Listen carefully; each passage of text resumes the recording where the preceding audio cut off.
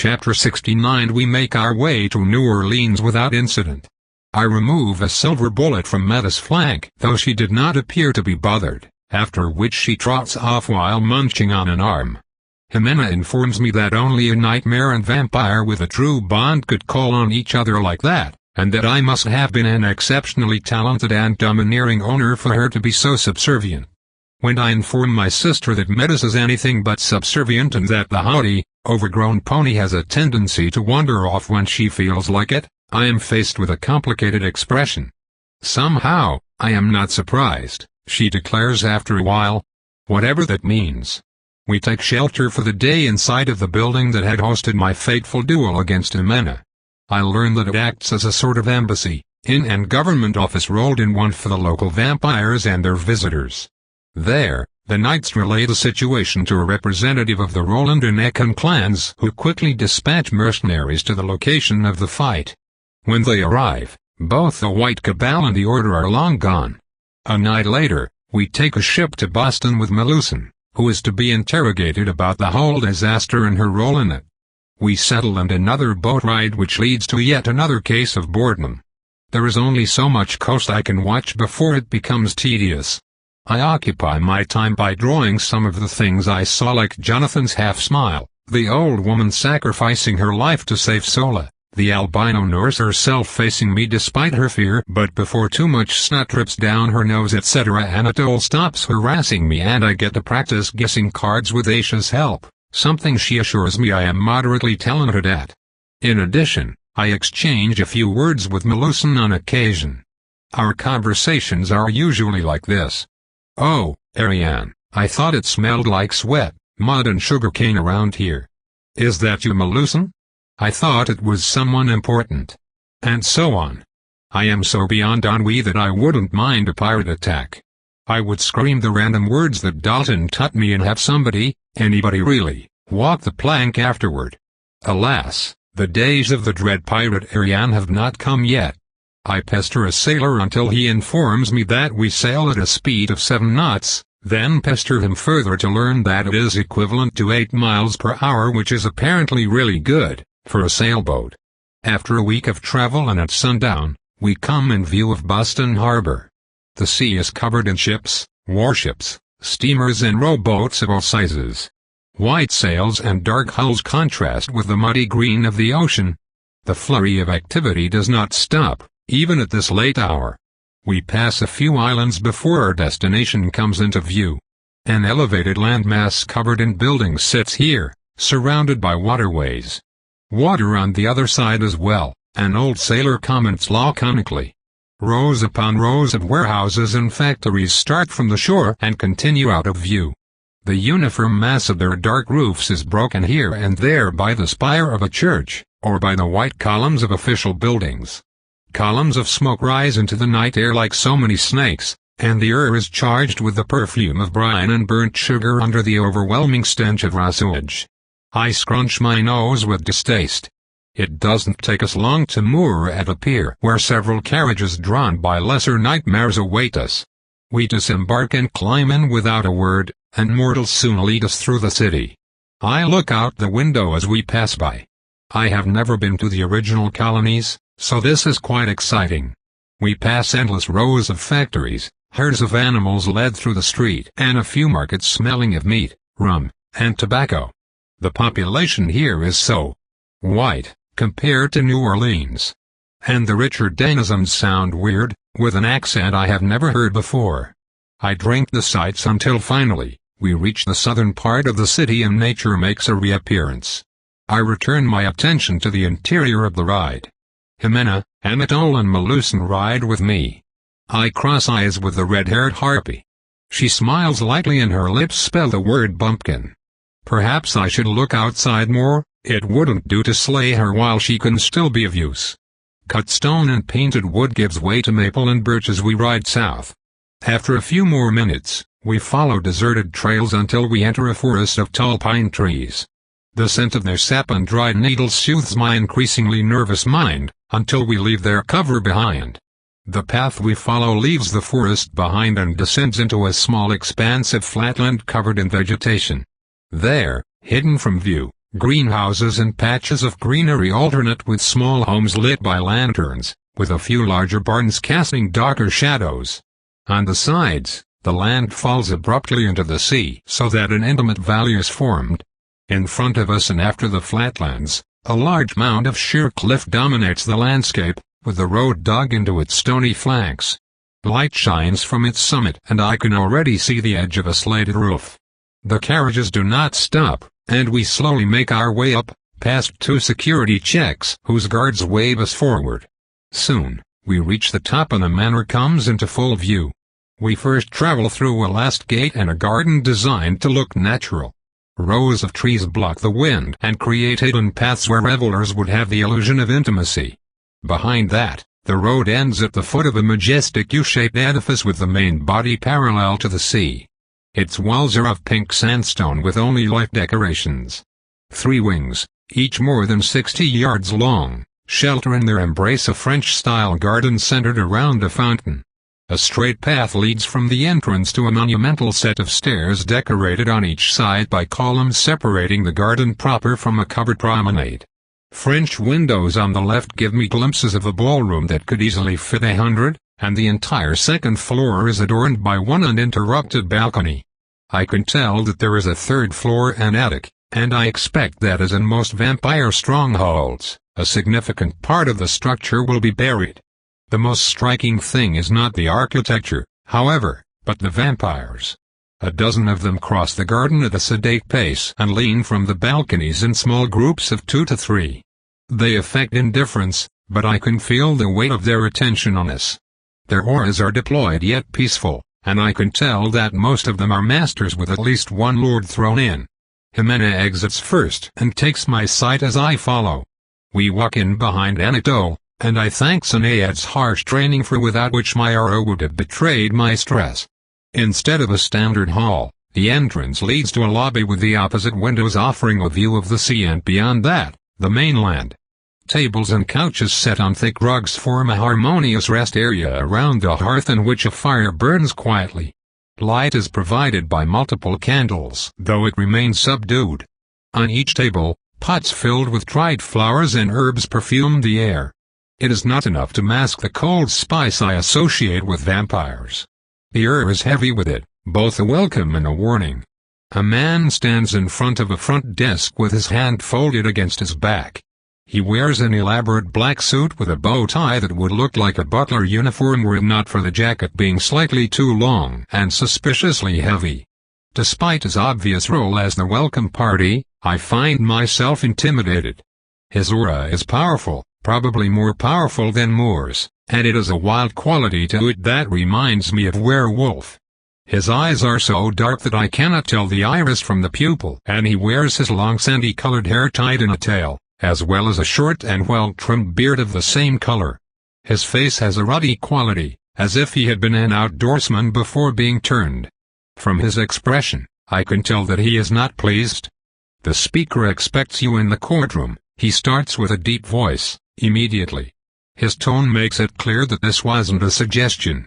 We turn left into a soberly decorated corridor, and then right into an antechamber. There are no windows here, only an empty desk and a few chairs. A single large door leads further in, and on each side stands a sentinel. And here the veneer of civilization falls off and the iron fist beneath the velvet glove is revealed. The pair are a battle-lord and lady without a doubt. They held pole weapons the color of the void and were clad in a twin set of Verger-made enchanted armor that would cause Loth to whistle in admiration. I realize that there is enough mind in this room to depopulate a small city and repress a shiver. The sheer pressure of so many crushing auras in such an enclosed space strikes me with a claustrophobia that has nothing to do with the lack of exits. Despite their fearful appearance, they open the door in silence and let us through without pause. This is it. This is where my fate will soon be decided. Jimena takes my hand for a fraction of a second and releases it, for which I am grateful. I let go of a breath that I had been holding since the garden. I take a second to inspect my surroundings. The room is split in two in its middle with rows of seats on each side. The top rows have unadorned desks with partitions allowing privacy. They lead to an elevated area with a tall desk which I remember is called the bench. I can see 3 highly decorative seats to the left and a door to the right leading to parts unknown. Large windows set high into the wall only show the night sky. The room is empty. Our advance grinds to a stop and I expect the others to be at a loss. I am quickly proven wrong, as Jimena leads me to the left front seat while Anatole and his squad sit on the right. Jimena proudly takes her place by my side and I hear a single click when Anatole's jaws lock together. We wait for only 1 minute before the right door bangs open and a man in a dark magistrate robe steps in. I don't know what I expected from Constantine, but whatever it was, I am not disappointed. North America's only progenitor is very tall, but also quite thin. He has a hook nose and sensual lips as well as large chestnut-colored eyes. His hair is dark and cut very close. His face's strange features would be ugly on anybody else, but on him the arrangement is eye-catching and magnetically attractive. His eyes immediately fall on me and I feel a pressing weight settling on my shoulders for a moment before he turns his attention to Anatole with obvious displeasure. His voice is a soft baritone that would be more fitting in a lecture hall, but right now, it is dripping with sarcasm and disappointment. "So, this is the rabid rogue you spent so much time and resources tracking down, Anatole. The bloodthirsty and barely coherent monster you promised? Please, Your Excellence, do not let yourself be fooled by..." My eyes widen in surprise. Seriously? The little, pathetic, ungrateful prick. We fought together. Her meek appearance, silence. Constantine says a single word, and his aura bursts out. Power.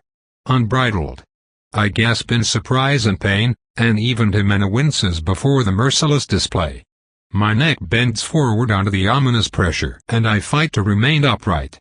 This is the power of a progenitor. And he is the youngest of them. By the Watcher, Semiramis was right. I have never witnessed my sire take anything seriously. Answer my question carefully, Anatole. Is she a rogue? The abominable wanker licks his lips with nervousness. How I wish I could kill him for the sheer audacity. Perhaps not, he replies, but I have proof that. This trial is to decide the rogue status of a young and isolated vampire who thoroughly outplayed you, using loopholes in my carefully constructed laws to make a technically correct claim. I think the verdict is clear. Yes, but you have another litany of charges to submit against her, wasting countless more hours of my valuable time, yes? Excellence, I assure you that she has shown signs of working for unidentified forces. Those earrings, for example, could never have been made by a savage as she claimed. I'll kill him. I'll fucking kill him, and I will make it slow, shameful and excruciating. I will peel the skin from his back. I have had enough of you and of this whole farce. Ariane of the Nerari will be thoroughly interrogated to determine if she presents an active danger to the Accords. I feel shock overcoming me. Don't I have a say in that? Jimena mirrors my expression of dismay. Yes, Excellence, answers Anatole with a dangerous glint. Oh no, please no. Not by you, of course, by Ignis. If declared innocent, she will be cleared of any and all charges from her rebirth until now, and her petition for house status will proceed immediately. Anatole scowls, though he wisely decides to remain silent. In addition, Anatole, you will be stripped from your position. You could hear a pin drop 3 rooms over. You do not have the authority to have me removed, he slowly enunciates. Instead of exploding, Constantine raises an aristocratic brow. Let me clarify. You will be banished from North America on pain of death. If this occurs, the Knights will have little choice but to have you replaced, won't they? Both Jimena and Anatole stand up and protest after he is done, but the speaker's voice covers them all. Enough. It is done. Take her away. The 2 sentinels grab me by the shoulders, and despite my hiss, take me away with ease. I do my best to calm down as they drag me down several steps of stairs until the coziness of the manor gives way to bedrock and dark granite. It should be all right. I can answer truthfully to any question they have, except perhaps on Semiramis.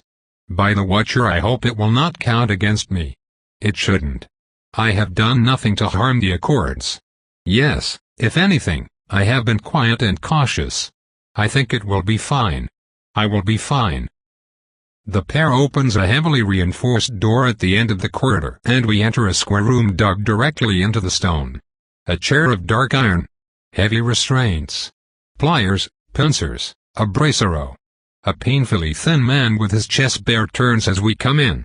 His face is dour and his dull brown eyes are lifeless. Good evening, I am Ignis. Should we begin? No.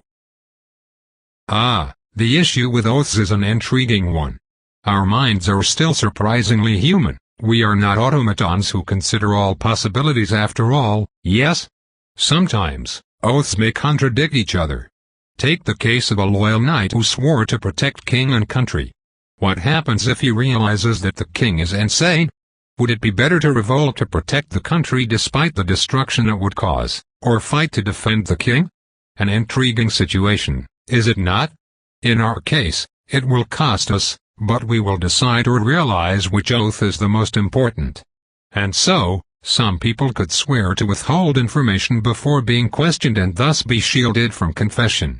That is why we should proceed this way.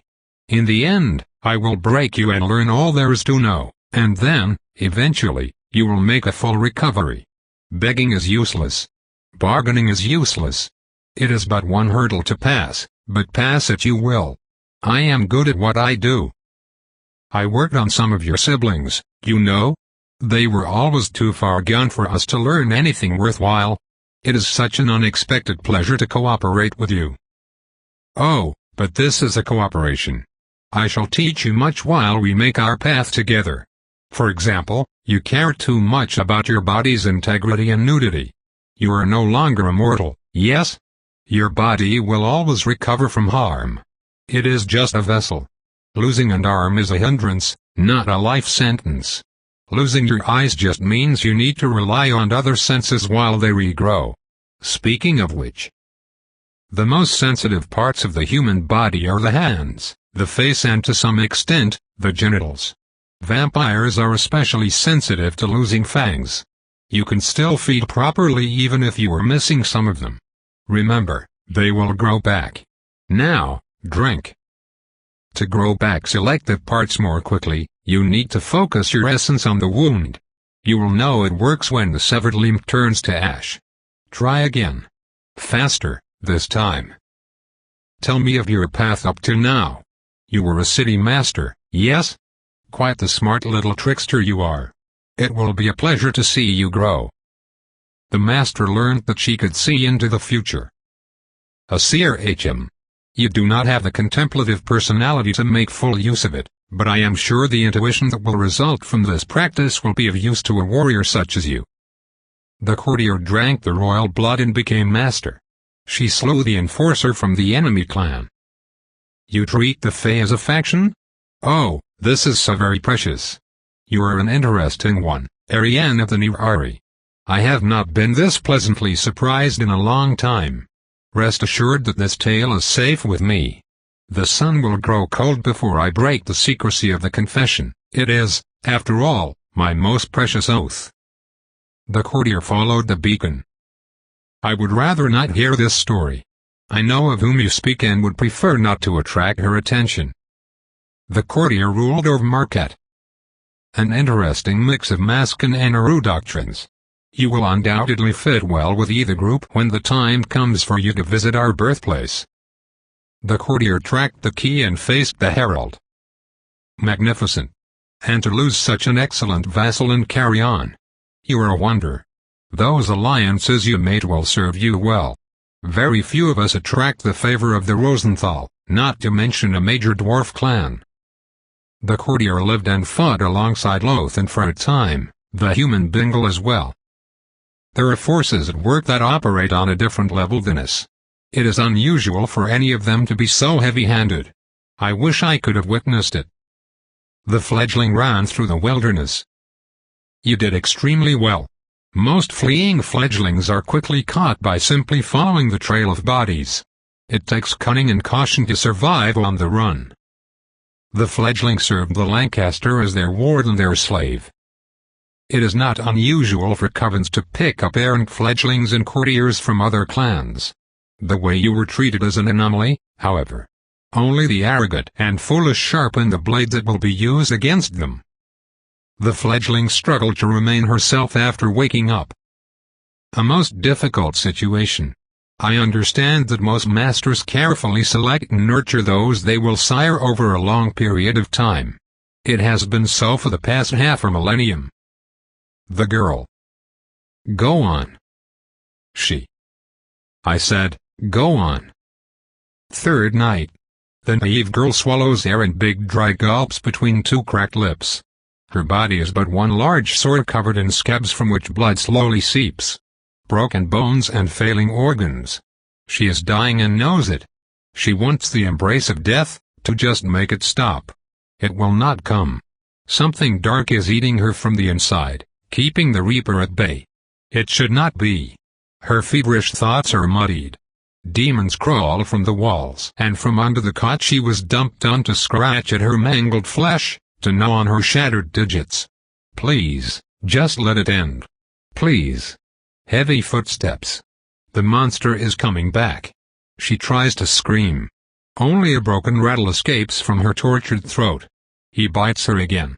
He forces her to drink the black thing.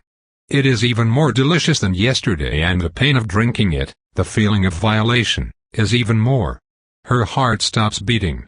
Her lungs give up. Her last vision was that of the amused monster in a corner of dirty ceiling. Go on. Second night. The naive girl wakes up with a jolt. She fell asleep in the hospital bed. This is not the hospital bed. He took her back. She panics. Then, she calms down a bit, regains control. She is hurt. Soiled. Not broken. Not yet. She slowly sits back up. The claw marks on her stomach make her moan, but she endures. She makes herself fall from the bed and gasps in agony. It takes her a minute just to stop shaking. One of her arms is broken. The left one. There is just an ocean of pain between her legs. She is in a cellar, somewhere. The door is open. She sees it by the light of a lantern. It is still day. She doesn't know how she knows it. She knows she must escape. She crawls forward. Drags herself with one hand. With each movement, the wounds around and in her core open. Tears fall down her eyes, but she bites down and endures. Little by little, she goes on. She passes the door. On her left, a man with dark curly hair and a muscular back sits at a desk. She freezes. He finishes writing, then turns around with a smile. He says something in a language she does not understand. She screams when he picks her up, when he breaks the fingers of her right hand. He bites her neck. He forces her to drink something. It is intoxicating, the most exquisite thing in the world, but it burns everything on its way down. The pain and violation defy description, but she cannot stop. The pain makes her consciousness shatter. Go on. First night. The naive girl and her friend Constanza flit from group to group in the prestigious New Orleans venue. The reception room itself is larger than any place they have ever been in, including the church. Smartly dressed waiters circle around richly dressed revelers, offering bubbly flutes and appetizers. The two friends have a lot of fun. They are newcomers, and the novelty of their presence as well as their pleasant appearance made them the center of attention for the young male gentry. They bask in the glow of their attention and enjoy their first outing in the big city thoroughly. The naive girl is not interested in the men her age. They speak of parties and events and gossip about childish things. She wants someone who speaks of economics and politics, who understands market trends and treats her like more than just a pretty thing. The naive girl has projects aplenty. She also had 2 cups of champagne. One man attracts her the most. He is slightly older but not by much. He is mostly silent, as if bored, yet his eyes drift around the room, seeing everything and nothing at once. She is intrigued. She should have asked to be introduced, as is proper, but she is tipsy. Her face is flushed and her heart full of bravery, so she will display a little bit of daring-do. At first, the man seems cold, but after she has talked for a minute or so, he asks questions. She tells him everything. She speaks of producing rum and the infrastructure and funds needed. She speaks of investment, of distribution networks. She speaks of the home she wants for herself and even what kind of husband she wants. She doesn't stop speaking. He is a good listener. He knows exactly when to needle her on and when to focus her when she loses track. She feels like she has known him forever. She feels like he could be the one. She asks for his name, and if they could meet again. She wants to lick her lips and trail her hand against his broad chest, to feel it against her own. Constanza comes and bids them to go, as it is quite late. She agrees. She wants to meet the man again, later. The two friends leave. The naive girl giggles as she speaks of him. Constanza teases the naive girl. They walk to the inn where they stay and where they left their chaperone deep in his drinks. They pass next to an alley when it happens. A monster grabs the naive girl. Her friend screams and threatens. The monster smiles. It claws the face of Constanza. The girl falls, cradling her head. Red blood drips from it in great gouts. They scream. The monster takes the naive girl. He jumps from roof to roof. He lands near a deserted lumber mill. She tries to flee. He snaps her left leg. She falls and sobs. She fights, still. Do not need this arm anymore. A snapping sound. The naive girl howls. The monster shreds her dress. The naive girl fights the pain more than the man. The naive girl cannot believe this is happening. The naive girl sees herself as if she were outside of her own body. The monster moves between her legs. The monster defiles her. The monster bites her neck. The monster holds his own arm up. It stops moving. The monster slashes its wrist. It forces thick blood as dark as a winter night between her moaning lips. The naive girl drinks. The blood tastes divine. It ravages her insides. It is an indescribable experience. The monster takes the naive girl in his arms. In the now, a door bangs open. A human girl charges in. She is a servant, with a hawkish nose and sensual lips. Ignis, you Iota puta. Meladon. You may not enter here, I have your master's permission for this. Fuck him, and fuck you too. You think me stupid. You already know if she is a threat for sure, it has been 3 days. The servant says in fluent Akkad. Behind her, a vampire with short dark hair and a face more handsome than pretty stares at the naive girl with guilt. Merda, Ariane. The vampire whispers. I still have much to ask. Bullshit. She was talking to you about her change at the hands of that old beast. You can easily tell if she did anything to harm the Accords. Did she? Did she? I swear to fuck Ignis, if you do not answer me right this instant. No. That's what you were fucking asked to find out, you twisted fuck. Release her, or having you greet the day will become my life's purpose. Very well, I suppose I know enough. Hurry. The manacles are removed just as the naive girl regenerates digits 3 and 7. She grabs her own fingers and pulls on them, one by one. They were no longer mangled and out of position anyway, but it feels good to do so. The vampire and the servant help the naive girl take out the silver spikes in her body. The naive girl removes the ones inside her nose first, then from her face and then from the rest of her body. The naive girl has no more spikes. The female vampire smells good, like family. Right, let's get you dressed. Slowly. The female vampire helps the naive girl into a large tunic that folds to her knees. The fabric is very soft. It feels good. Like when the silver spikes are removed from her teeth. The two take the naive girl and guide her. They touch her but it is fine. The vampire is sister. The human is a servant. Up they go. They come across a lord in a black ensemble. He has sandy hair and a beard. I see you found your solution, Jimena, the lord says. Fuck off, the servant says. She is very angry. They climb more stairs. Up they go. They arrive in front of 2 large doors, with a battle lord and a battle lady on each side. The servant walks in unopposed. The naive girl is dragged in too. They are in a pretty office. There are many books and precious things. A man stands behind a massive desk. He is more powerful than a lord. He, too, has a hawkish nose and large lips. The servant screams at him in a strange language she never heard before. She is very angry. She is angry for a long time. The man tries to interrupt but she keeps screaming. The man stands up and approaches them. Listen, Mel, I had to be sure. The girl screams some more. She will be fine. She is a master, they always recover.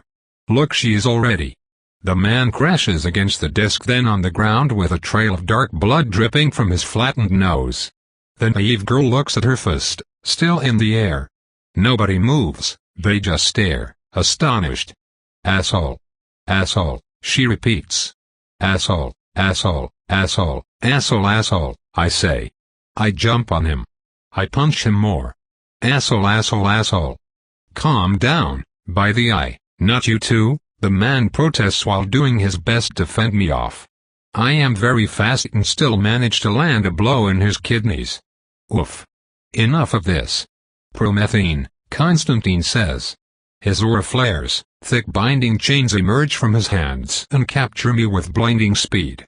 I call the power of the Herald, but I am weak, it is sluggish and does not even manage to crack one link.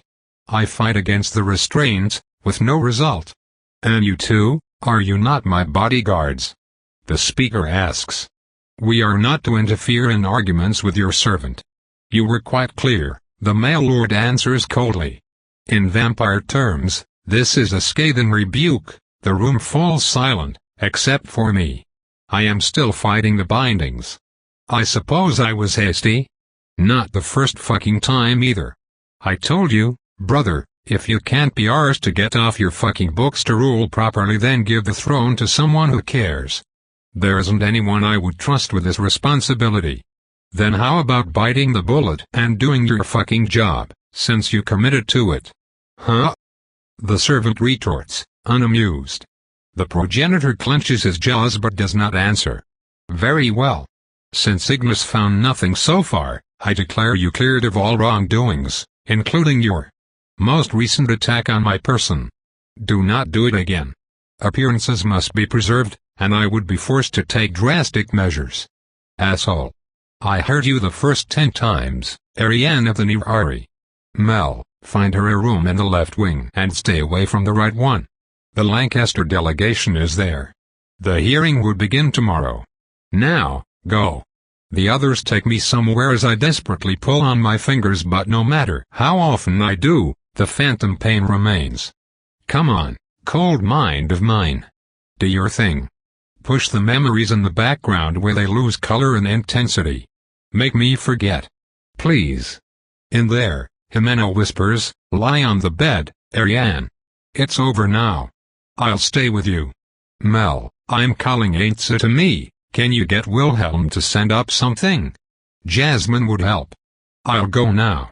Jimena caresses my head and I touch my fingers, one after the other. They're all there. They're fine. All there. All straight.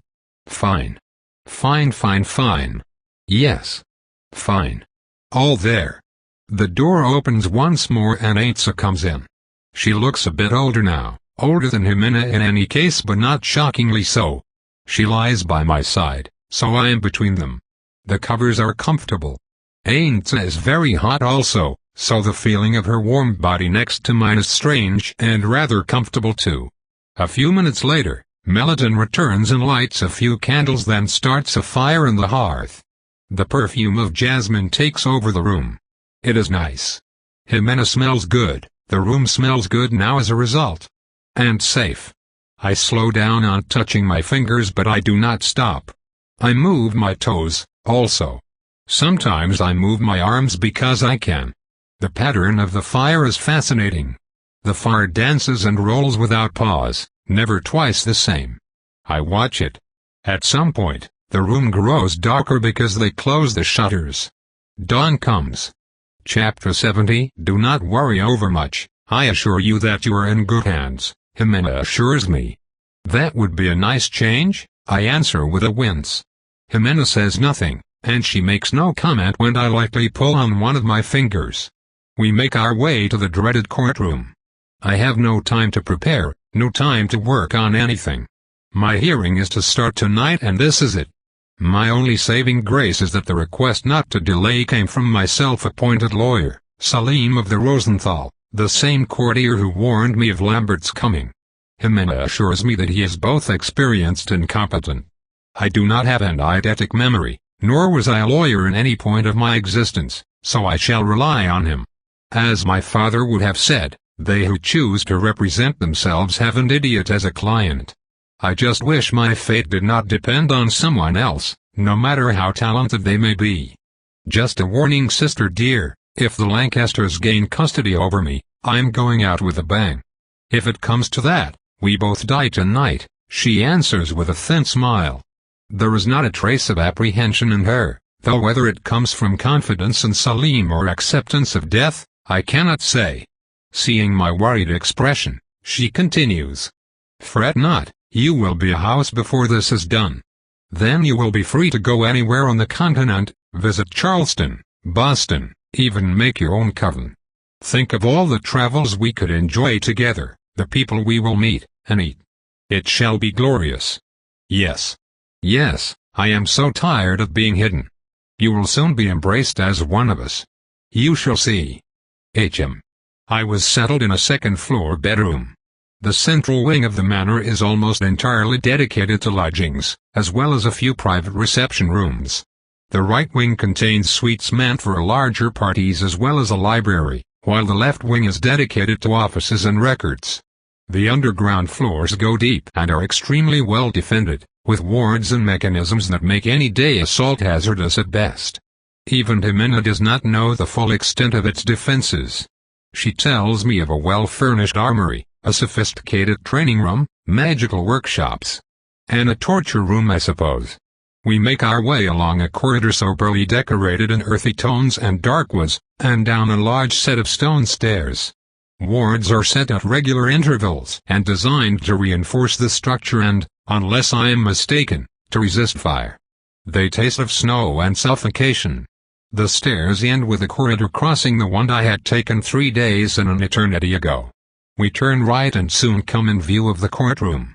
We walk in. I remember to relax my grip on Jimena's hand when one of her knuckles cracks. She does not utter a sound. This time, the antechamber's desk is occupied by a severe-looking woman with mousy brown hair and a pinched face. She nods when she sees us and waves us in. Her aura is that of a weak, or very young master. I recognize the well-ordered feel of the Rosenthal, though I also notice a strange spikiness to it. Before I can notice more, we go between the two sentinels and into the room where my fate will once more be decided. I sure hope things will go better this time. On the right side, the plaintiff side, I remember, there are 5 people and I recognize most of them. At the top of the table, Lady Murazanik's hair is held up in an elaborate hairdo. Beside her is a vampire I do not recognize. Male from the clothes, with very pale hair and a black suit. Directly behind her, I see the backs of Melusin, Badun and if I am not mistaken, one of the Roland twins who presided over my duel with the Menno 30 years ago. Then my eyes look at my side. At the front sits Salim of the Rosenthal. Behind him, Jimena lounges in a fancy white cotton dress with a lot of frills while behind her, Ainsa is sitting upright next to a man I've never met. I look at him as I pass by and notice to my surprise that he is a very old burgher with a wild look, a large bald spot and a scruffy white beard. He stares as I go by, his eyes assessing. Jimena stops by Jimena and lightly pushes me forward. I sit next to Salim, who gives me what I assume is an encouraging smile. I do not find the strength to retort. Instead, I close my eyes. Fingers fine. Toes fine. Fresh air. Can move. Good. I repeat this mantra in my head. It helps. I hope that my cold mind would smother the memories. I suppose I should not be too greedy. A mortal would have needed. Actually, a mortal would have died. We do not wait long. It seems that Constantine is not the kind of person to make others wait as a power play. He enters the room from the right-hand door with 3 vampires in tow. It is only now that I realize the implication of being here. Boston is the vampire capital of North America and I am in the seat of its government. The first man to follow is tall and very muscular, not like a worker but like a circus strongman. The brown ensemble he wears is bulging, and though it was obviously custom-tailored, it looks painted on. As if somebody had stuck a bear in a tuxedo. I do not need to taste his aura to recognize a natalist, and I can tell that this one is old and very powerful. The second person to come through is a dainty young woman with blonde hair and crystalline blue eyes the color of the coldest ice. She wears an elegant sleeveless white dress and high gloves. She smiles innocently as she sees me, and though her aura is subdued, I can tell without a doubt that this is a lady. The last man to come in is a lord as well, though his aura feels like something is missing. He wears a scowl under bushy eyebrows and shoulder-length gray hair. His suit is also the color of ash, and shows a lean but muscular physique. His face is a bit older than the average vampire, and with his steely eyes, he is like a wolf. He surveys the room calmly and without apparent interest. And to think I was impressed a few days ago. Forget about depopulating a small town, there is enough mind in this room to destroy an army. Of course, they will probably never agree to fight side by side. The three newcomers take the elevated seats to my left and behind Constantine. They are diagonal compared to us, and their position gives them a commanding view of the proceedings to come. Constantine walks behind his pulpit and without ceremony, begins his speech. Ariane of the Nerari petitioned the speaker to obtain house status under the Accords. House Lancaster, the local representatives of Clan Lancaster, exerted their right to object. We shall now examine the validity of their claim. The verdict will come from a jury of neutral peers. Please welcome Lord Jarek of the Natalis, Lady Safar of the Hastings, as well as Lord Tauran of the Dver. To my surprise, Salim's eyes widen at the mention of the last name. I feel a shift in all vampires present. Apparently the man is important. Good for him. Keep in mind that anybody caught telling an outright lie will be left in Ignis's capable hands, no matter their rank. Barlow, you have the floor, Constantine finishes. Thank you, Excellence, the pale-haired man answers. He stands up and walks to the front. The man is quite handsome in an aristocratic way, but his sneer when our eyes meet twists his face into a mask of cruelty. In 1803, following the decennial conclave, House Lancaster took custody of Ariane of the Nerari as she was just a fledgling by agreement with her sire.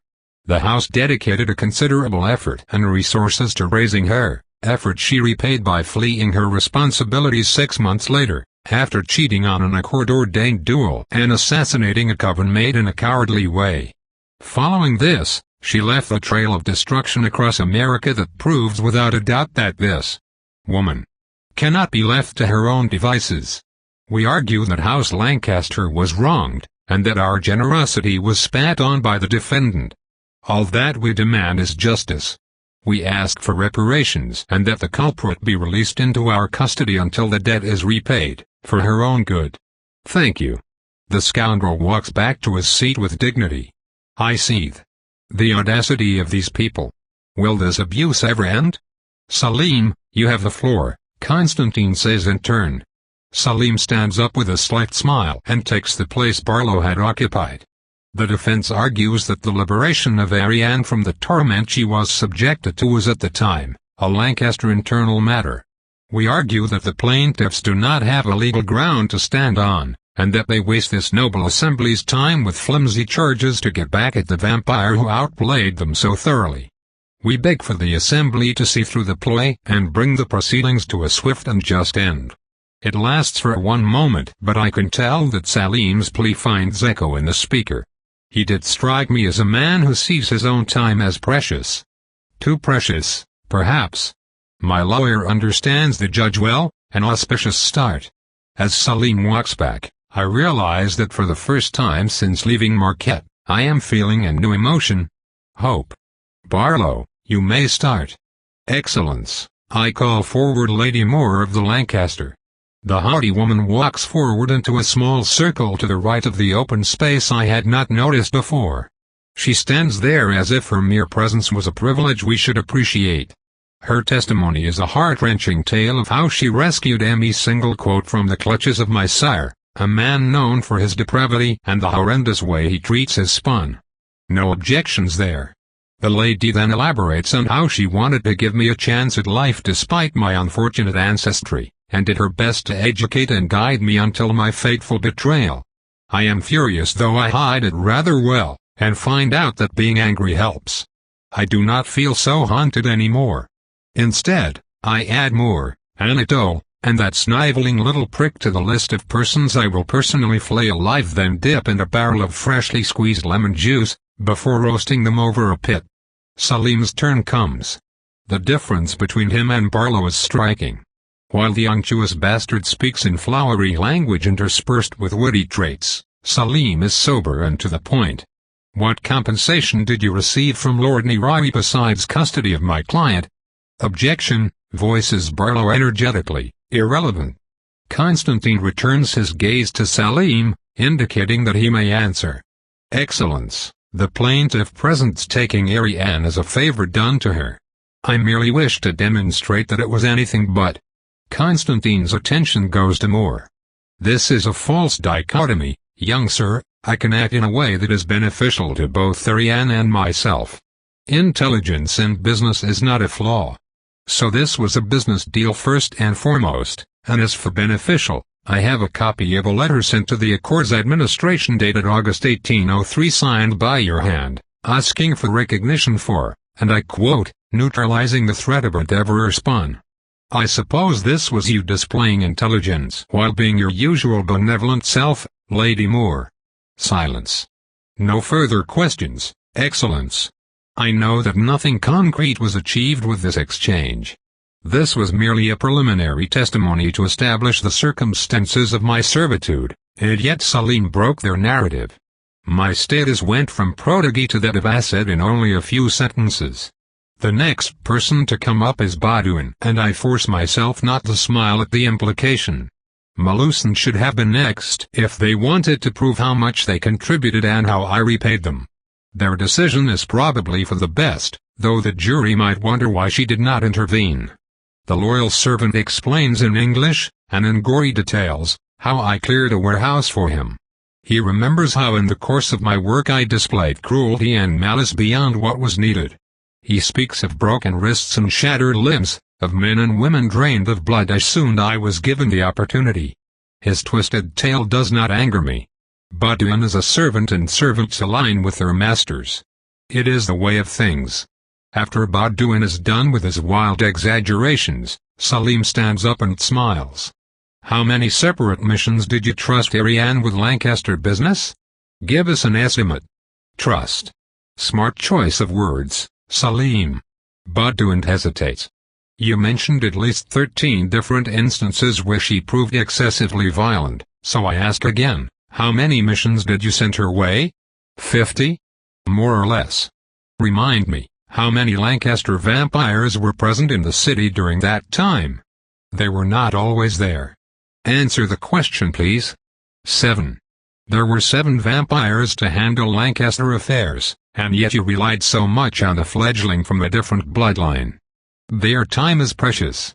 I do not know how you conduct your business, but here, we do not have lofty individuals waste their time on menial tasks. To defend the financial interests of your house is a menial task. Are you saying that you employed Ariane so many times because all other 7 vampires in the coven could not be bothered with menial tasks, and this despite your apparent disapproval of her conduct? I did not imply that. Let me summarize your tale, Badouin.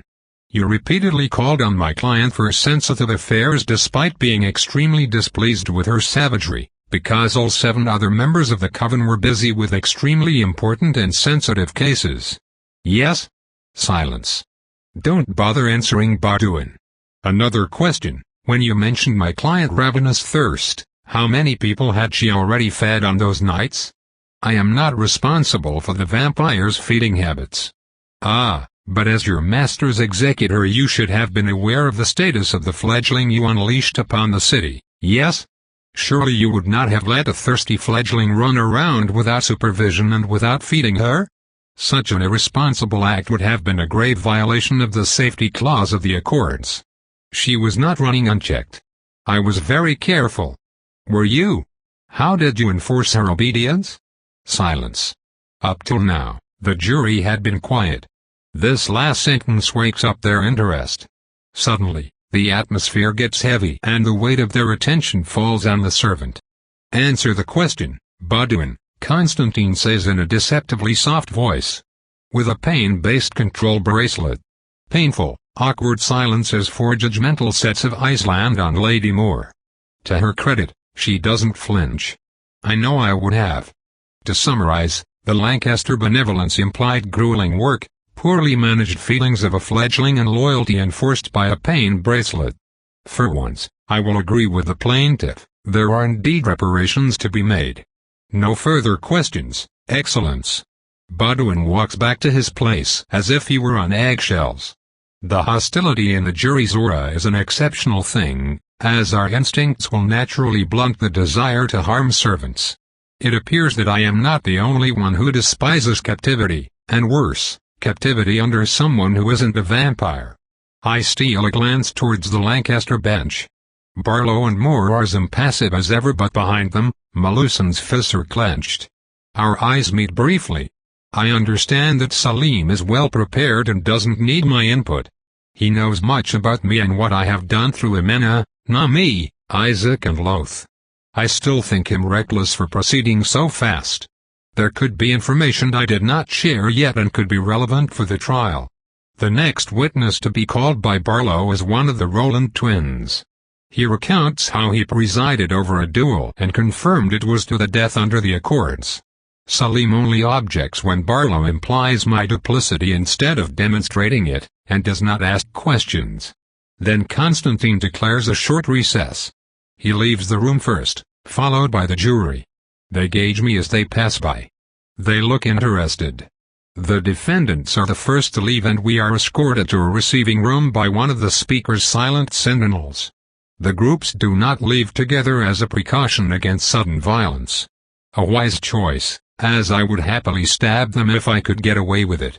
We sit on couches, including the old verger who looks completely out of place, and also vaguely smells of fish for some reason.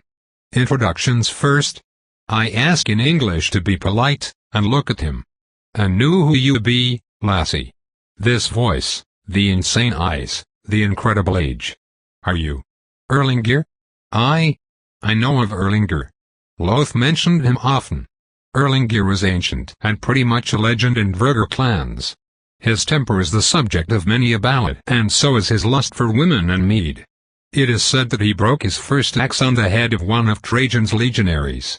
It is said he plied his trade as a mercenary from the cold Kievan Rus to the shores of Hispania, that he was a captain in the Byzantine Varangian and a bodyguard for the First California. It is also said that he once wrestled a roast boar at his ex-wife's wedding. The boar won. He is not exactly known for his shining intellect. Nevertheless, Loth thought of him fondly last time we talked. It is Erlinger who taught him English after coming back from a stint in the Scottish Highlands. He is also my friend's oldest surviving uncle. Is it true that when you caught that narwhal? Salim interrupts. I was distracted, and it felt nice. Though judging from the old man's scowl, I should have picked another story. Definitely not the one with the squid though. Our time is short, the lawyer continues. I need to ask you if you are in a good enough state to testify. It would certainly have been better if you had given me time to recover, I hiss in response. All there. All straight. All fine. No, I need to focus more. Calm down. There is a reason. Am I correct in assuming that you refuse to give the Lancaster anything? If they gain custody in any way, this will be my last night, and I shall take as many of them as I can on my way out. Then consider this. The final decision is to be made by the jury. They are the ones we need to convince. They are visiting dignitaries from Europe and they know of your recent ordeal. They do? Yes. They know that you were callously used by Constantine and a power play between himself and the knights. To know and to see are different things, however. Constantine does not understand the pain. He cannot. Salim's expression grows clouded and I recall Isaac mentioning torture training. He knows. There isn't a lord or lady alive who hasn't suffered enough pain to madden 100 mortals, yet here you are on the very next night, down but not out. You expect them to feel sympathy?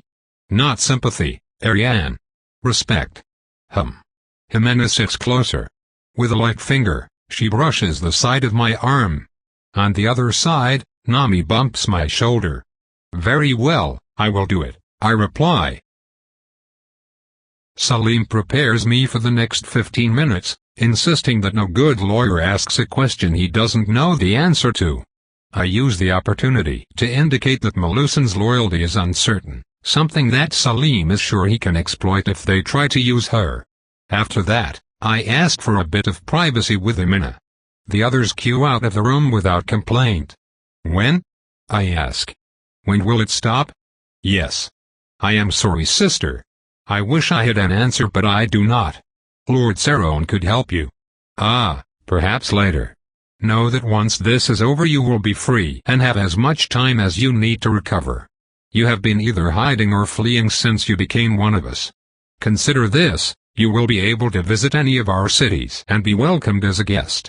I am not so sure. You will be welcome here, in Charleston by my clan and in New Orleans by the Econ. There are libraries, teachers and trainers you will call upon.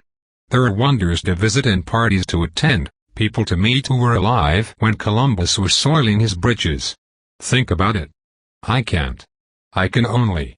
Never mind. Let's get this over with. I will not be able to calm down until I know I am safe. Very well. Weakness. Powerlessness. I had forgotten for so long how it felt, and now I am reminded of it once more, in this room filled with old monsters. Did you plan on cheating during your duel against Jimena of the Cadiz? No.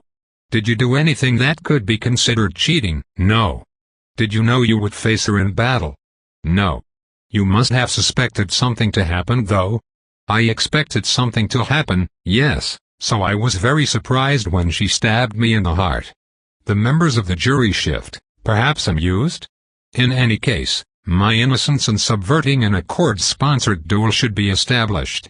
It was not my ploy, and if they doubt my word, they can always ask Ignis for confirmation. That is one less tool in the Lancasters' arsenal of slanders and half-lies. Next, Salim has me go into details about the many tasks I had to do for Barduen. My answers show a deep understanding of their structure and priorities, something that a barely contained thug would not have known. I briefly explain why the trophy hunting mage's attack and Nami's subsequent rescue made Moore doubt my allegiance, and how she did not hesitate to use me in her arena. Moore tenses visibly at the mention of how much money was probably involved, and Barlow looks suddenly quite interested. Take that, you dishonest hag.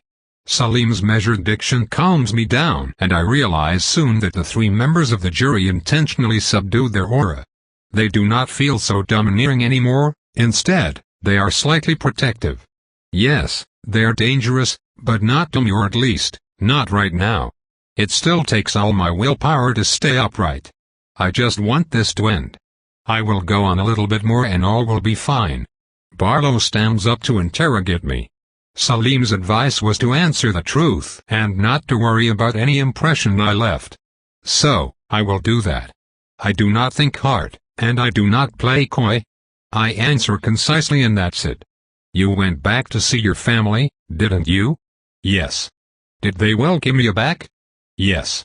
It doesn't seem to go as well as Barlow thought. I suppose that after considering me as a bloodthirsty moron for so long, the Lancaster ended up believing their own myth. When did they throw you out? They did not. I left the same night and maintained a loving relationship with my father until his death 3 years ago. And so on. How many people did you kill during your flight from New Orleans? Some mortal to slake my thirst, and a vampire. Françoise. Yes. You disposed of a fellow coven member to mask your treachery? No, I killed her because she was about to slay Ainsa, I say as I point to the servant in the room. A shocked gasp escapes the Hastings lady's mouth. She had already broken her fingers, I add helpfully. Of course, at that time Ainsa was not yet bound to Jimena, though I failed to elaborate on this specific point. Ahem. Yes. But what about after that? How many mortals perished by your hand? I count. The 3 idiots who were lynching that escaped slave named Tassan, incidentally the first time I got drunk. Then Father Perry and his entourage. 6, I answer, and explain who they were and the circumstances of their demise. Barlow ends with a few perfidious and slanderous comments, implying that my testimony is unreliable and that I may have killed those I had been feeding on without realizing it. He points out the increased number of disappearances during that time period, to which Salim objects. This ends his counterinterrogation. Already, members of the jury display signs of impatience. They make it subtle enough not to insult their host, but easy enough for the rest of us to pick them. The fact that they sit slightly behind Constantine helps. Salim smiles and introduces the next witness. The plaintiff questions my client's ability to function alone. I will now demonstrate without a shadow of a doubt that she strived and succeeded beyond what can be expected from a 1-year-old fledgling as soon as she escaped her tormentors. For this, I shall call upon the testimony of King Loth of Skarag. King Erlinger stands up and skulks his way to the front with a box in his gnarly paws. The artifact is an intricate silver construct with a needle on top, and a moderate magical aura emanates from it. It tastes like Loth, like mountain and steel. He made the enchantment himself. Erlinger, please state the reason for your visit, says Salim. It is extremely subtle, yet I notice that the courtier's expression is just a bit amused. The reason soon becomes obvious. Loth asked me. I knew him as a wee bairn. Ye all walliper SED, ye spend all day skewnered out your mind and ye fucking hoose like a pure twally, ye Disney want he go out he SED, so SED shut your gobby hacket goon for I batter it, a don want he, so he SED, get out for I burn doon your gaff I got a job for you so I SED and here I be. Silence falls over the room. Constantine's gaze drills into Salim, who looks on placidly. The Hastings lady opens a fan to mask her obvious smile. What did he say? The speaker asks, annoyed. Erlinger is here at the behest of King Loth. I see, and what task was he given? I know, an extremely low-pitched and gravelly voice says. The one who speaks is the Natalist Lord. His voice is surprisingly soft for someone his size, and his words are slow and measured. It is a voice record box, a Dverger creation. They are very precious and rarely used. He is here to open it. This one can only be activated by the blood of a relative. It is a safeguard to prevent the message from being tampered with, the Lord with the long gray hair adds. His voice is still a basso, though not as low as his neighbor's. He also has a strange accent even in Akkad. There's rhythm to it, as if he were reciting. Constantine considers the item with curiosity. He's probably never seen one before. We shall hear your kin's message then, he says. The sentence is barely finished before Erlinger pricks a thumb on the device. The box shines blue with runes, then an illusory globe rises in the air. It vibrates slightly with each sound the enchantment produces. Am busy. Get a fuck. My friend's inimitable voice says. A rare emotion fills my heart and I raise both hands to my chest. Loth's aura spreads through the room now, as if he were here. Is that bloody thing even on? Ah yes. My name is Loth of Skarag. I have spent the past century in North America and for 10 years, I welcomed within my home and hearth Ariane of the Nirari. During that time, she respected all the terms of our arrangement without fail. Never did she kill one of my citizens, and never did she endanger my life or secrecy. She showed loyalty and candor in her dealings, curiosity and ingenuity in her pursuit of knowledge. She fought by my side and bled with me no matter the odds or the risks to her person. She helped me face my demons and made me a better man, not out of self-interest but because she wanted to help. She was in turn an apprentice, a confidant and an aide, and more than that she was a friend. A real friend who I would risk my life for without a sliver of hesitation. Ta all of ye oversea bloodsuckers, whoever ye are, ye have a diamond in your midst, and I regret every day that she can't be here with me instead of these arslicking, unruly ninnies. What good hunts we would have, ha, Anyway, I've said enough. Ariane, if you're here, next time we meet I'll make ye a gun that will blow an asshole's head clean off from a mile and then do it 5 times more without reloading, you'll see. Right. This is King Loth, signing off.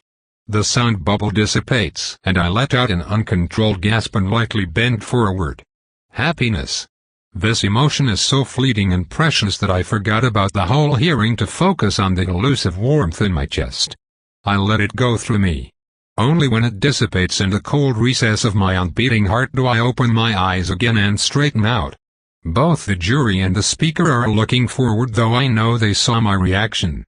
They pretended not to see my momentary weakness. That is a sign of respect. On the other bench, the Lancaster discomfort is obvious. If I had to judge how the hearing is going for them so far, I would have to use the word disastrously. Despite their numerous setbacks, Barlow hasn't given it up yet. Erlingier, the two of them spent 10 years together. Would it not be possible for your king to have been under her influence? Ah, trying to discredit the witness in front of his grumpy uncle. Brilliant idea, moron. Let's see how that works out for you. You're off your fucking hide, ye daft cunt. The old man spits, shivering with rage. Deanie Talkman's course we checked his mind, you wee fanny. He respectfully disagrees, at Salim, deadpan. The only sound is the groan of wood as Barlow's claws slowly dig into his desk. Beautiful. I think this is enough, Constantine declares while glaring at the Lancaster side. One last thing, sir, if I may, Barlow interjects respectfully. Gah, when will you give up? Constantine remains silent, which the lawyer interprets as permission to continue. We also have proof that Ariane of the Nerari allied herself with the White Cabal, a hostile religious order of mages who inflicted great pain upon our house. We argue that her cooperation with an enemy of all of us is a crime that requires punishment. And the reason why you did not mention this before? Constantine asks, out of patience. Our witness is Melusan of the Lancaster. She recently suffered a tremendous loss, and we would have preferred not to cause her undue stress. Right. Melusan stands up and replaces Elringier at the front. This is going to be good. Melusan, after the battle which cost your vassal his life, you bore witness to Ariane collaborating with the enemy, is that correct? Silence. Melusan's shoulders are tense and her face is a frozen mask. I dare not imagine the tumultuous emotion ravaging her mind right now, and I rejoice that she decided to honor our oath above her loyalty to her clan. Is that correct? Barlow repeats with visible anger. If I had been humiliated like he was, I would be angry too. Melusan, you forget yourself. Answer the question, he insists as Lady Moira's eyes throw daggers at the little minx. A condemning silence. This could not have gone any better. Saved me. The sound is barely a whisper, so silent that the mortals could not have heard, and yet for us it is like thunder in a blue sky. Pardon me. Barlow half screams. She saved me. You want an answer? I'll give you an answer, you sanctimonious twit. That blonde glorified peasant saved my life that night. She dragged my maimed body through fire and smoke and broke through while I could not. She showed cunning and ruthlessness, sending one group of worshippers to slay the other and fought fang and claw while your mistress fled with her tail between her legs. All of this because she nabbed their precious warlord and didn't deign to cover her tracks like the dumb bitch she is. Melusan is screaming now. I bet they can hear her on the other side of the bay. Never mind my earlier comment, this is 1,000 times better than silence. Moore, you conniving piece of shit. My Arthur died because your stupid self could not be arsed to do things right and you sent me without backup to clean your shit. And now you order me to help? You think you're smart? You think you won the game? When the throne receives my report on your embezzlement and your scams, not even the miles of dick you normally gobble will save your scrawny ass from retribution. Forget the bay, they can hear her in London. Loyalty to the cause. Ha! Fuck the cause, fuck the clan and fuck you. The room grows quiet. Or at least I think it does, my ears are still ringing. By the Watcher. Wow. I am floored. Barlow and Moore gap like a pair of beached fishes, aghast. Anything to add? Constantine adds politely while the irate reader is still gasping for air. I want house status. As a political refugee, I presume. Yes. Your petition is accepted. Lords and lady of the jury, I propose we stop here. Do you need time to deliberate? No, Speaker. No. Indeed not. And what is the verdict? I, Jarek of the Natalis, reject the Lancaster claim. I, Safar of the Hastings, reject the Lancaster claim. I, Tauran of Adver, reject the Lancaster claim. The Lancaster claim is rejected. The request is granted. Welcome to the Accords, House Nirari. And that, as they say, is that.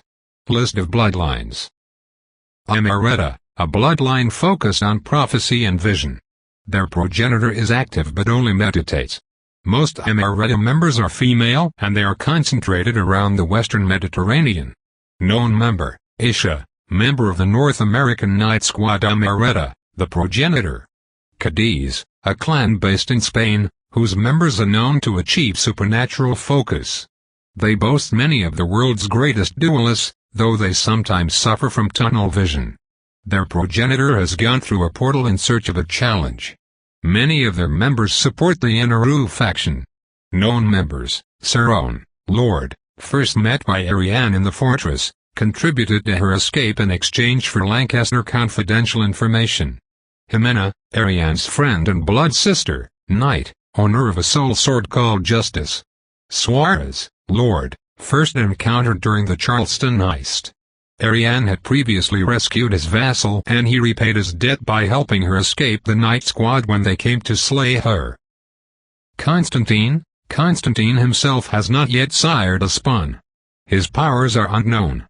Known members, Constantine, the man who established the political order for all vampires in North America, under a unified system of laws called the Accords. He is the Speaker. He has some limited military power and is also one of the world's greatest living blood mages, making him a powerhouse. Dver vampires bind with the territory and mostly remain there. They are significantly stronger when defending it against intruders and weakened while away.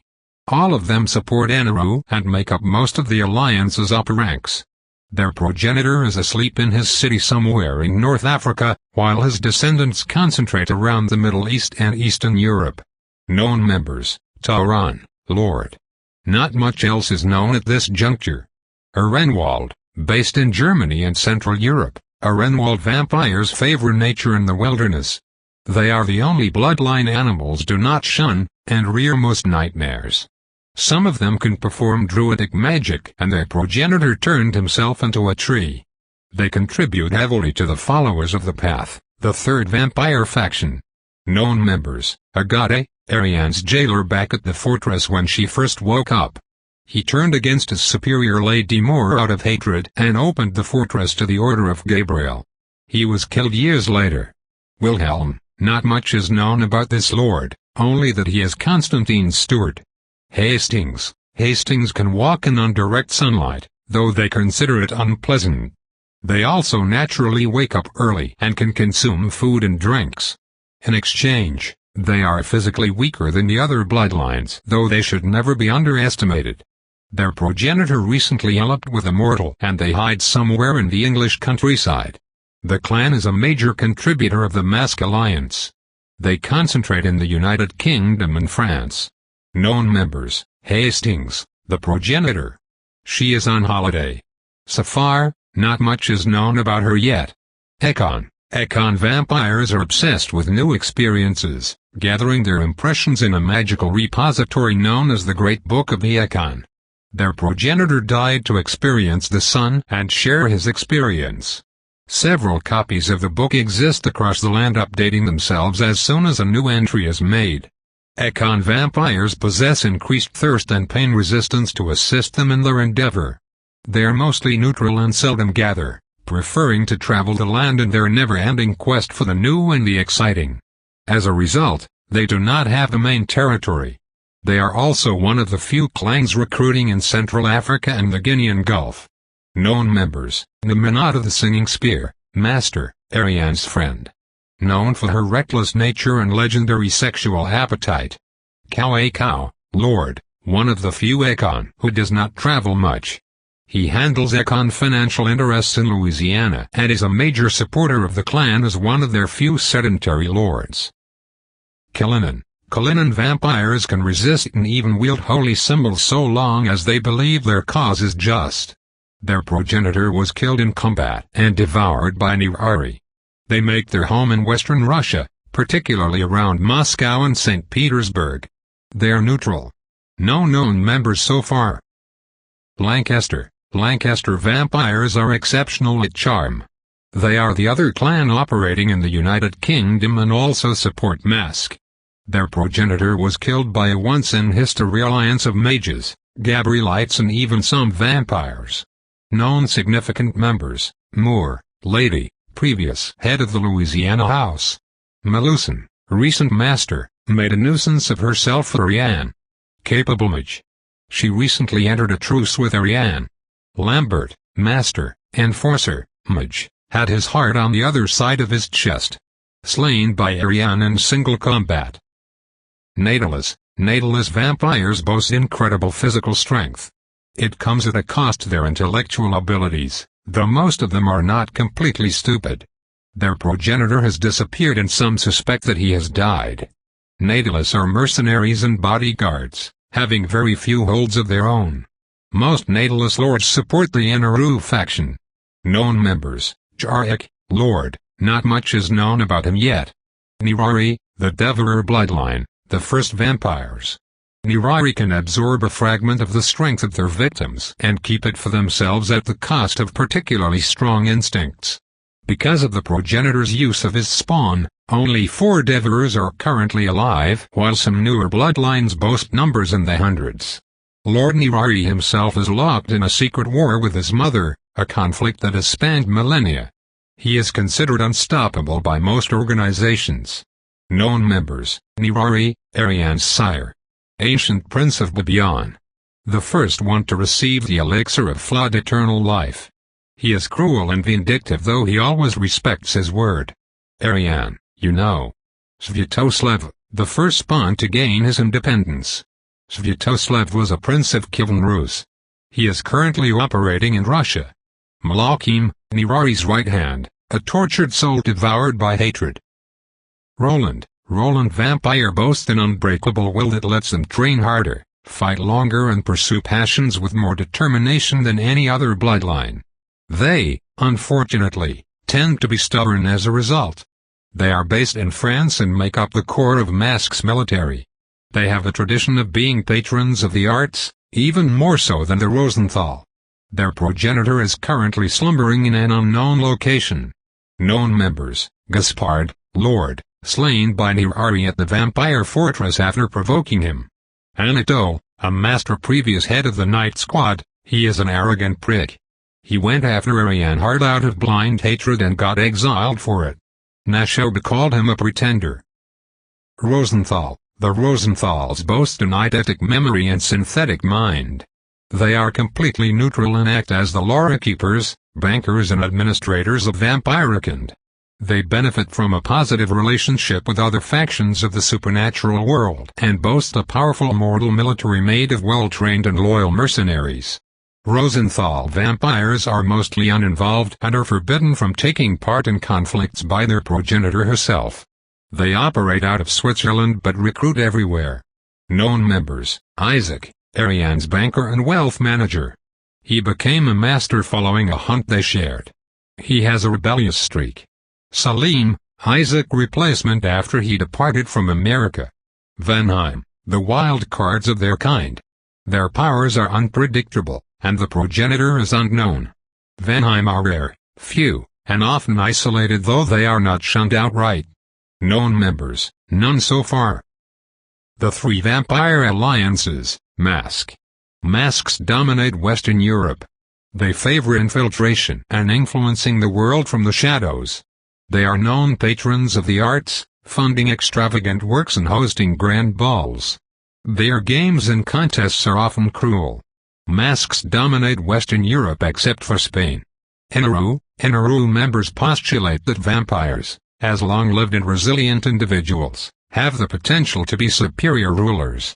That is not to say that any vampire has the necessary leadership skills, of course.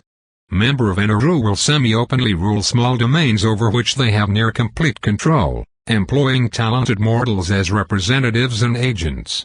They tend to be traditionalists, though many of them still understand the need to change. Anaru vampires control Spain, parts of North Africa, parts of the Middle East and parts of the Balkans. They are more fragmented than masks. Followers of the path. The followers are isolationists and can be considered a faction only insofar as they oppose the two others. Followers control Central and Northern Europe as well as Western Russia. The Accords. A good number of vampires have moved to North America, until a community formed under the patient rule of Constantine. The Accords heavily regulate conflict between the eclectic members of the group. Constantine's personal guard as well as himself and a squad of knights ensures that discipline is enforced with deadly efficiency. The White Cabal. Based in the state of New York, the White Cabal is a group dedicated to the protection and development of mages in North America. They have recently started to gain a significant amount of power. Their budding military mixes mages and mundane soldiers and uses specialized tactics. The Order of Gabriel. A fanatical order devoted to the extermination of all things supernatural. They are well-trained and well-funded for the most part, and do not hesitate to sacrifice their lives in the hope of killing one more monster. They go mostly after practitioners, rogue and otherwise, but will attack vampires if they think they have a shot at taking one down. The attrition rate of the order is extremely high, but there is no shortage of volunteers to join their ranks as supernatural entities often leave many vengeful victims in their wake. Other characters. Achille, Ariane's brother, currently still alive. He is a bit on the judgmental and stubborn side, though he does have a good heart. We know little of him save that he made the family business prosper and had many children. Ainsa, Jimena's servant and long-term lover. She was instrumental in freeing Ariane from Lancaster's servitude. Arthur, Meluson's vassal, he died saving her from an order ambush. Cecil Rutherford Bingle, an adventurer and a gentleman. He returned to England after sharing an adventure with Ariane, and married the woman he had met there, Rose. He has a peculiar magic that turns everything dramatic around him. Dalton, Ariane's first vassal, he was killed by the Key of Beria during the 1812 conflict. His death was avenged by Ariane after a major battle after which she gained the ability to destroy magic with her claws, at the cost of energy. Erlingeir, Loth's uncle. One of the oldest living Verger and possibly the dumbest as well, he is known for a strange mix of courage, blind luck and sheer stupidity. Harrigan, Ariane now Merritt's head of security, a despicable but disciplined man. Jonathan Hopkins, dark hair, dark eyes, a sober man with a mind like a bear trap. Jonathan first joined the order before switching allegiance and turning the White Cabal's military into a professional force. David King, a rescued slave who joined the Odd Squad after Ariane bought and freed him. His father died fighting Wendigos. Kitty, the Dream's leading girl. Loth of Skarag, a Dverger dwarf from Scandinavia. Loth is a master artificer and a deadly fighter. He is also a scholar who will happily talk about his family's long and tumultuous history. He recently returned to his home country. Loth is extremely tall, bulky and the proud owner of a dark bushy beard. A few strands of silver have made their way into it, not that he much cares. Notably fond of mature beauties. Alexandria Merritt, previously Freemage who joined Ariane as her second-in-command. Merritt is loyal though she is still fond of the occasional mischief. She has two children, Holly and Lynn. All three are redheads. Semiramis, Nirari's mother and the single greatest mage who ever lived, she was granted immortality by the entity known as the Eye or the Watcher against allowing his essence into the world. Semiramis is sometimes tasked by the Watcher with creating an elixir of flawed eternal life. Upon consumption, the Chosen will become the progenitor of a new bloodline. She is trying to become a goddess and is locked in eternal conflict with her son Nirari, the first vampire. Her den possesses strange dimensional properties. Savea, an ethereal beauty and princess of the Lycian court of blue, she is a magical genius. Politically, however, She is a disaster according to Lycian standards. She is currently working on a way for her people to go home. Sola, a beautiful albino girl, a rare natural healer and purifier, capable of closing even grievous gut wounds. She is part of the White Cabal. Nashoba, shaman of the Choctaw Nation. He made the earrings Ariane is still using to evade detection. He could see the future, and called Ariane daughter of thirst and hunger. He died from Ariane's hand as a way to escape the pain of his disease. Ariane liked him fondly and carries his memory. Papa, technically named Hercule Reynaud but effectively Papa forever, Ariane's dad was ever supportive of his child even when she lost her soul. He met her several times and they kept a steady correspondence until his death in the early 30s. His wife Diane died very early in Ariane's life, making him her sole parent, a role which he dedicated himself to. Sinead, the most powerful Lycian on the planet, and a prince of the court of summer. He is at times a rogue and a dilettante, and at times a deadly schemer. No matter what, it always looks like he gets what he wanted in the end. Both Ari and him have done things for the other that they did not have to do. The Watcher, the embryo of a creator god, the Watcher will one day die to give birth to a new universe, or at least this is what Semiramis believes. Nobody is exactly sure what its agenda is, or indeed if it is one to begin with. All that is known is that the Watcher is sapient, can communicate and is intimately tied to vampires and their existence. Chapter 71 I stand in front of Constantine with my arms crossed while he adds the finishing touches to the official document. It is a mere formality, but it appears the speaker enjoys his formalities. Once he is done, he delicately puts his pen down and crosses his hands before his mouth. In the following silence, neither of us yields. In the end, Constantine speaks first. The tasks of a leader are many. It is our burden to take difficult decisions for the good of all. I lift a hand in the air to interrupt him. His eyes light with anger. You forget that I also ruled for 20 years. Ruling a backwater city is not the same as ruling the entire continent's vampire weekend. And that's where you are wrong. Whether a group of 5 or 5 million, the basics are the same, only the scale changes. It is all about politics. And that is what I have done. I needed Anatole replaced and you gave me the perfect opportunity. With your testimony guaranteed by Ignis, the knights were compelled to have him replaced. Rulers like you are fine with large sacrifices, as long as they are done by someone else. Enough. He yells, I don't expect you to understand. I understand that you took the easy way out, just like Melitone said. You chose expedience over subtlety without considering the cost to me. All masters heal, eventually. You have no idea what you are talking about. We cannot faint. We cannot escape. We only have our instincts as our teeth reform to be broken again and our fingers regrow to be mangled once more. You cannot understand the horror and the agony. What you think of as 3 days of unpleasantness is hell. Hell, you hear me? I would have walked through piled glass for the privilege of greeting the dawn after one bloody hour. My mind was broken. You do not know what you are talking about. I stop, realizing I was screaming. Constantine remains silent. I read the accords, you know. You did a good job but that won't help much. You probably think that by introducing a sound power structure, you would be exempt from petty politics. You are naive. No system is good enough that it cannot be destroyed by nepotism, clan politics and power games. It would have been easy for you to outmaneuver Anatole after his show of incompetence. Instead, your so-called thoroughness has cost you my allegiance, that of a devourer. I care little about your bloodline, young one. I am a progenitor. Do you know how many progenitors have already perished? Constantine's brows furrow. If you are threatening me, I have no need. The Lancaster progenitor was slain, and so was Cullinan. You rely on your status too much and think yourself untouchable. You are not. For now, your so-called allies accommodate you, just like they accommodated this farce of a trial of yours, because they are still fighting and reeling from the previous war. Right now, it is convenient that the New World remains neutral and accessible to all, but as we grow and become richer, the temptation to take over resources and new territories will become too strong. They will come for you, eventually, and by that time you will have allies and subordinates, or you will die alone. Constantine considers me quietly. He shows no anger at my provocative speech, which is a good sign.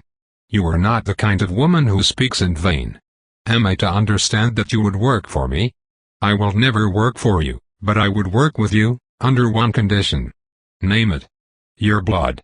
You want my blood? Oh, don't act so surprised. You must know how we devourers gain strength. Your blood, freely given in secret, and I will do your bidding against compensation, while trying to forget the excruciating pain you have subjected me to. If you get caught in a power struggle, I will even help you instead of making sure you suffer as I did before mounting your head on a spike. You are quite bold, I'll give you that. I wait patiently while Constantine ponders my proposal. I am too weak to do anything to him, yet. The past few days have shown me that despite reaching masterhood, I am still a small fry compared to the real decision-makers. I may be safe from rogue hunts or arbitrary execution now, but I am still a pawn in a chessboard full of ancient and cunning creatures to whom mercy is but a weakness to exploit. I will take time to recover and I will enjoy the world, and I will also start working on the future. If I want to face the threats Ashley hinted at, I will need power, both personal and political. I shall train, feed and find weapons. I shall also ally with those I can rely on, be they vampires, Lycaeans or mages. Hell, I would even work with werewolves and forfeit their sweet, nourishing essence. And tolerate their stench. Perhaps.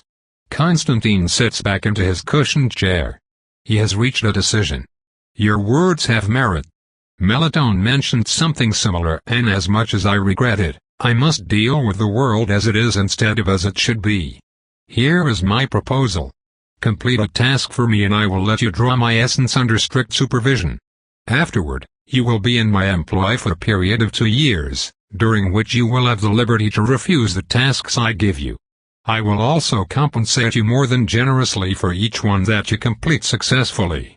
If your work is as satisfactory as your record hints at, I will grant you a territory to call your own and back you up should it be infringed upon, and then we can consider further collaboration. It sounds like a great deal. I will let you consult your loyal friends before you accept. As for the first task, Tauron of Adver has asked for a protection detail while he is here. He asked for you specifically. He is a lord.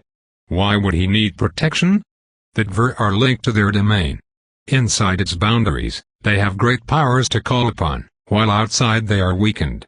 Both the Menor of the Cadiz and the Manata of the Ekon vouch for your combat performance, and that is high praise coming from that firebrand and the singing spear of the Ekon. You also slew Lambert, and you are a devourer. You are more than qualified. Do not mock me. I am neither able nor willing to protect anyone right now. Just talk to him, then give me your answer. The speaker hands me an official house declaration, properly folded. I know when I have been dismissed. I take the scroll and leave his office, greeting his mousy-haired secretary on my way out. I turn to the butler as I exit. He has been waiting for me and made no secret of it. I consider that with so many vampires around, rules and tact must apply differently. The personal rooms and offices such as Constantine's are awarded of course, but the rest is not. Nami already taught me that etiquette demands I maintain my aura overt and non-threatening out of politeness, but what about the rest? Any whispers in a cave will be heard from half a wing away. Everyone smells as soon as you enter the room if you have been intimate, and with whom. They know if you have been to the city or if you have been gardening, or if you haven't bathed in more than a day. I am reminded of living in very close space with nosy relatives. Suddenly, the notion of having my own sanctioned territory and only coming here to mingle sounds all the more attractive. I could strike a good balance between the countryside and its many exotic creatures, and the city and possible new bloodlines to add to my growing collection. Allow me to congratulate you on your ascension, the man says in a soft and cultured voice. I do not reply and glare instead. I am convinced that Amena came to him for help and he sent her away. This is not the kind of resentment I can simply give up on for the sake of expediency. The truth is that I hate them. I hate them all. Resentment is no longer the smoldering fire in my chest that it used to be when I was human. It is a cold and hard thing, both patient and quite unpliable. There is a debt, and sooner or later that debt will be paid.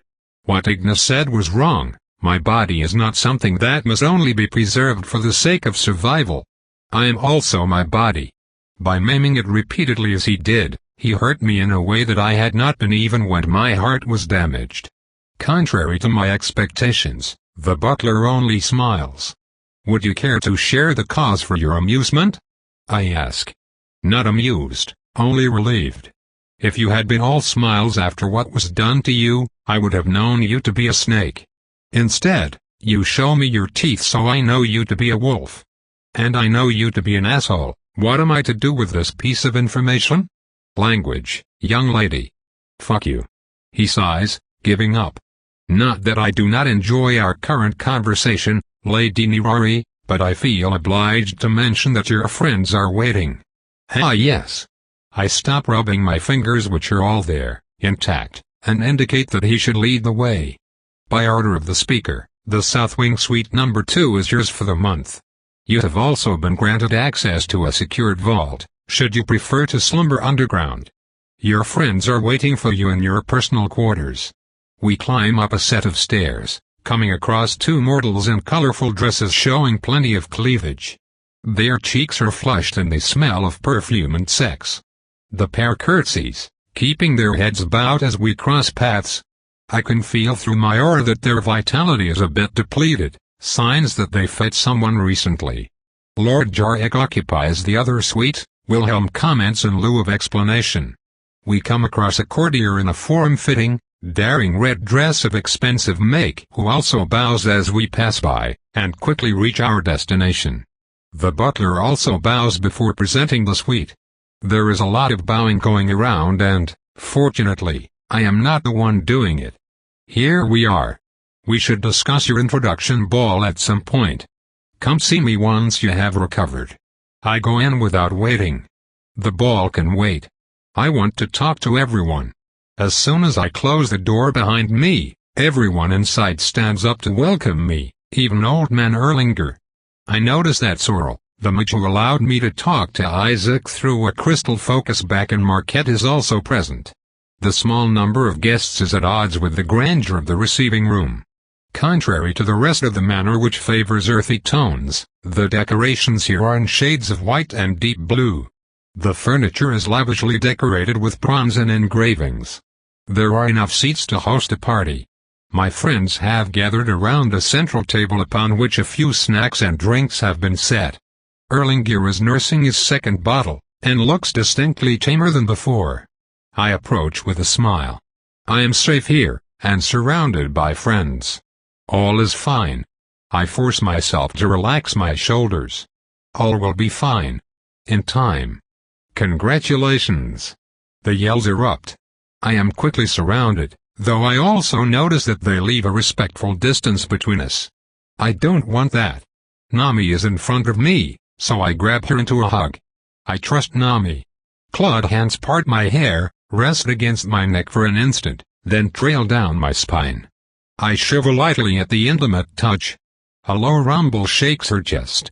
Suddenly, another pair of arms surround me from the back. Jimena's scent is familiar and comforting. For the first time tonight, I truly relax, and let out a shaky breath. It's not fair. Salim grumbles. Our trio chuckles and they let me go. I join the small assembly and sit in a throne-like chair they left for me, facing the entrance. As if planned, everyone goes to a small pile of containers in the corner of the room that I had not noticed before. I give Jimena a questioning glance, but she just winks. Soon, my guests form a line and approach me one by one, Jimena first. Congratulations on becoming a master. As I have mentioned before, reaching the stage of master is a momentous occasion and a great cause for celebration. Even neighboring covens will often join the festivities. As your sister and the most important person in the room, groans from the audience. Since she spoke in English, everyone can follow. I am appreciative of the favor she does the mortals. It is my privilege to be the first to grant you these gifts I bear. She hands me a small crate filled with books. Go on, have a look. I pick them up one by one, amused, and read the titles out loud. The books themselves are of high-quality paper and either brand new or truly ancient. Vampire History Throughout the Ages, a primer. A guide to proper etiquette and not ending up skewered and beheaded. I notice that this copy is old and has seen good use. Lady Hernisha and the Three Brawny Lumberjacks. I glare at him in his impassive face while behind her, the group exchanges knowing smiles. With illustrations, I finish, hearing a few. I notice that Sorrel is embarrassed. There goes my reputation. The next books contain written guides on many things vampiric, including the infusion of essence and aura. This is of special interest to me as those are the first steps to our version of magic. I thank Amina with a smile and she walks back to her chair while Nami takes her place. I open her box, fully expecting something sordid, and take from it a strange shawl of a very light blue fabric. The garment is ethereal and practically floats in the air. I caress it, enjoying its soft and cool texture. This is so beautiful. What is it? 'Tis called a cave shroud. Do not be alarmed when I tell you that it is in fact a spore colony from a rare form of magical flora. It is alive and will grow in length if it doesn't perish. Only the Arenwalds know the secret of its making. I hold the piece of clothing between two hands and enjoy the smooth feeling. The shawl indeed has the lightest aura. It fears fire and the sun, just like us. Take good care of it. I will. I wrap the shroud around my neck and immediately feel better, while Nami goes back to her seat and Sorrel takes her place. I am surprised that the mage would step before Salim, and he answers my questioning look by taking out his transparent ball and chanting a few incantations.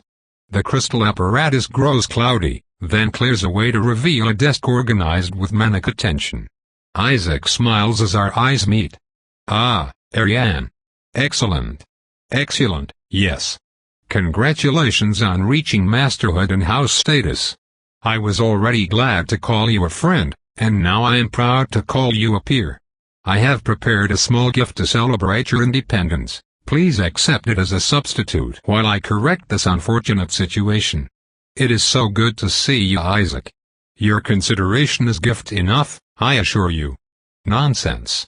I will not be found wanting, my dear. And while you are at it, I do have a request. Yes? Please wait a bit before becoming a lady, if possible. My heart can only take so much. I smile at his words, and after a few more pleasantries, we cut the call. We have not spoken for half a minute and Sorrel is already on the pale side. While the spellcaster sits to recover, I open his chest.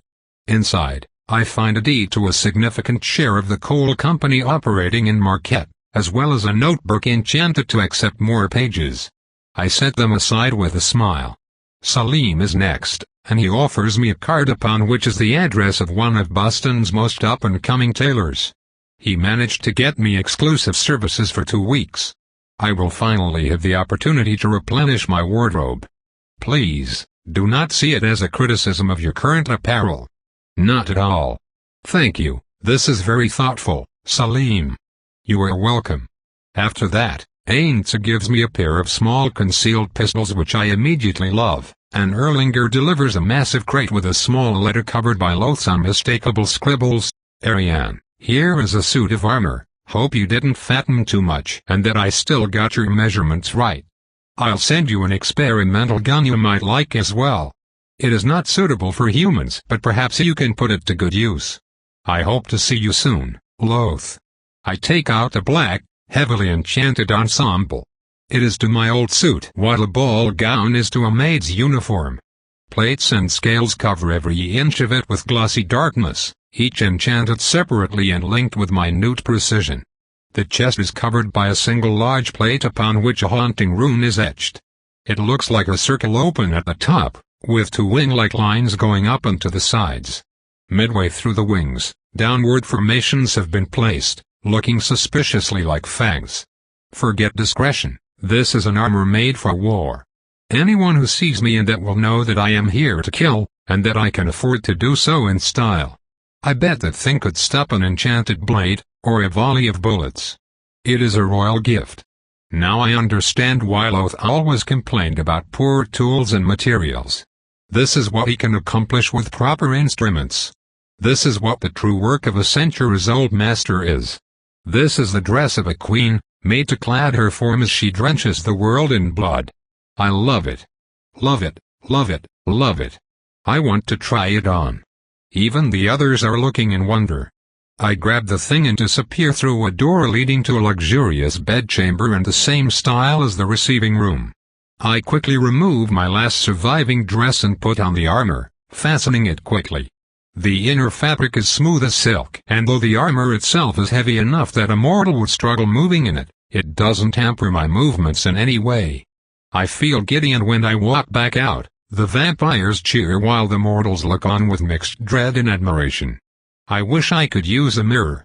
I decide that tonight is not the night for a test run. I do not know if I can just run around the property, I do not know if it would set nearby alarms, and more importantly, I would not be able to appreciate it properly.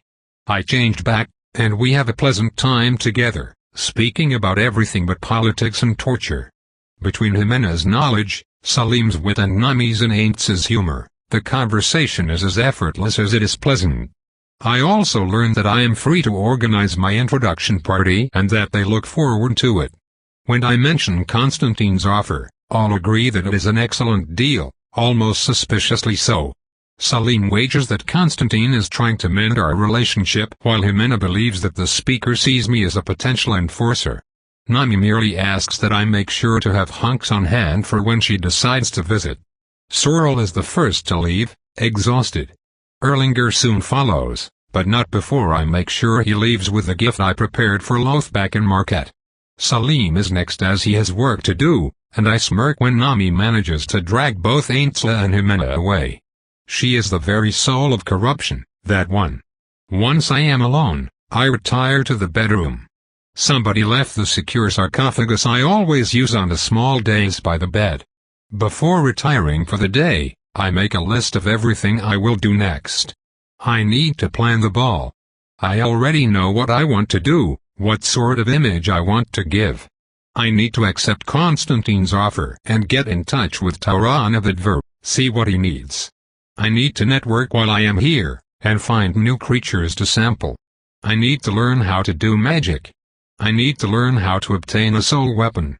Only when I have everything will I take the next logical step, replace Constantine as the head of our kind in North America. And not as speaker. As queen. Tobe continued. Thanks for listening.